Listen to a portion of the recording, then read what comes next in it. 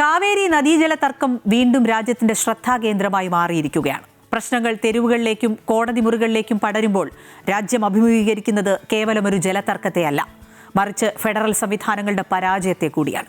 Supreme കോടതിയുടെയും Kaveri water management അതോറിറ്റിയുടെയും ഉത്തരവുകൾ വരുമ്പോഴെല്ലാം ഉയരുന്ന ഈ പ്രതിഷേധങ്ങൾ ദശാബ്ദങ്ങൾ പിന്നിട്ടിട്ടും പ്രശ്നങ്ങൾക്ക് ശാശ്വതമായൊരു പരിഹാരം കണ്ടെത്താൻ നമുക്കായിട്ടില്ല എന്നതിന്റെ തെളിവാണ്.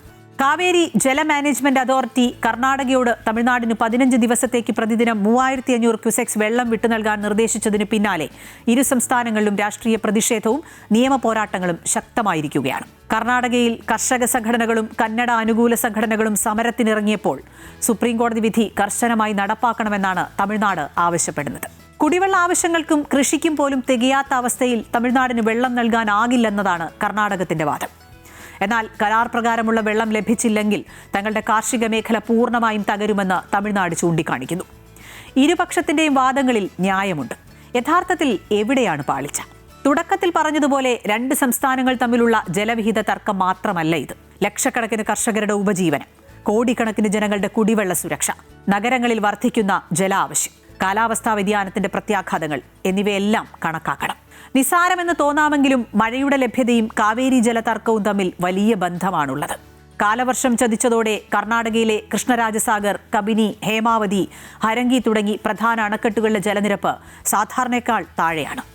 ഈ സാഹചര്യത്തിൽ വെള്ളം വിട്ടു നൽകുന്നത് കർണാടകയെ കൂടുതൽ പ്രതിസന്ധിയിലാക്കുമെന്ന് സംസ്ഥാനം വാദിക്കുന്നു. കർണാടക വെള്ളം തടഞ്ഞുവെച്ചാൽ തമിഴ്നാട്ടിലെ ഡെൽറ്റ മേഖലയിലെ ലക്ഷക്കണക്കിന് ഏക്കർ നെൽകൃഷിയെ അത് ബാധിക്കും. കർഷകർക്ക് വലിയ സാമ്പത്തിക നഷ്ടവും ഉണ്ടാകും. ഇതാണ് തമിഴ്നാടിന്റെ ആശങ്ക. സാധാരണ വർഷങ്ങളിൽ വെള്ളം പങ്കിടുന്നതിൽ വലിയ തടസ്സമുണ്ടാകാറില്ല.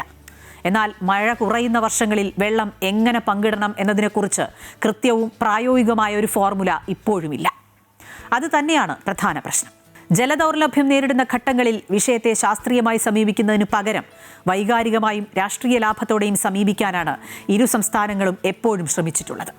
ഇത് രണ്ട് സംസ്ഥാനത്തെ ജനങ്ങൾക്കിടയിൽ ശത്രുതാ മനോഭാവമാണ് വളർത്തുന്നത്. ഒരു ജനാധിപത്യ രാജ്യത്ത് സുപ്രീം കോടതിയുടെയോ ഭരണഘടനാ സ്ഥാപനങ്ങളുടെയോ ഉത്തരവുകൾ നടപ്പിലാക്കാൻ സംസ്ഥാനങ്ങൾ വിമുഖത കാണിക്കുന്നത് അപകടകരമായ പ്രവണതയാണ്, നിയമവ്യവസ്ഥയോടുള്ള വെല്ലുവിളിയുമാണ്. പരമ്പരാഗതമായി കൃഷിരീതികളിൽ നിന്ന് മാറി കുറഞ്ഞ വെള്ളം മാത്രം ആവശ്യമുള്ള ആധുനിക കൃഷിരീതിയിലേക്ക് ഇരു സംസ്ഥാനങ്ങളിലെയും കർഷകർ മാറേണ്ടതുണ്ട്. രാഷ്ട്രീയക്കാർക്ക് പകരം കാർഷിക ശാസ്ത്ര സാങ്കേതിക വിദഗ്ധർ അടങ്ങുന്ന ഒരു സമിതിക്ക് നദീതടത്തിന്റെ പൂർണ്ണ ചുമതല നൽകണം. മഴയുടെ അളവ് കൃത്യമായി വിലയിരുത്തി ലഭ്യമായ ജലം ഇരു സംസ്ഥാനങ്ങൾക്കുമായി ആനുപാതികമായി വീതം വയ്ക്കാനുള്ള സ്ഥിരം സംവിധാനമാണ് ഉണ്ടാകേണ്ടത്. തുറന്ന ചർച്ചകൾക്കും വിട്ടുവീഴ്ചകൾക്കും ഇരു സംസ്ഥാനങ്ങളും തയ്യാറാകണം. എങ്കിൽ മാത്രമേ ഈ പ്രശ്നത്തിന് ശാശ്വതമായ പരിഹാരം കണ്ടെത്താനാവൂ. വെള്ളം രാഷ്ട്രീയ ആയുധമല്ല, ജീവനാണ്. ഓരോ തുള്ളിയും വിലപ്പെട്ടതാണ്.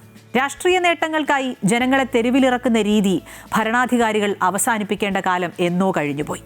കർണാടകത്തിലെ കർഷകന്റെ വിയർപ്പിനും തമിഴ്നാട്ടിലെ കർഷകന്റെ കണ്ണുനീരിനും ഒരേ വിലയാണെന്ന് തിരിച്ചറിയുമ്പോൾ മാത്രമേ കാവേരിക്ക് ശാന്തമായി ഒഴുകാനാവൂ. 135 വർഷമായി തുടരുന്ന കാവേരി ജലതർക്കം രമ്യമായി പരിഹരിക്കാൻ DK ശിവകുമാറിനും ജോസഫ് വിജയ്ക്കും സാധിച്ചാൽ അത് ദക്ഷിണേന്ത്യയുടെ ഐക്യത്തിനും വളർച്ചയ്ക്കും വഴി തുറക്കും. കേന്ദ്ര സർക്കാരും ഈ വിഷയത്തിൽ നിഷ്പക്ഷവും ശക്തവുമായ ഇടപെടൽ നടത്തേണ്ടതുണ്ട്. ഇല്ലെങ്കിൽ ഈ തർക്കം രാജ്യത്തിന്റെ ഐക്യത്തിന് തന്നെ ഭീഷണിയാകും.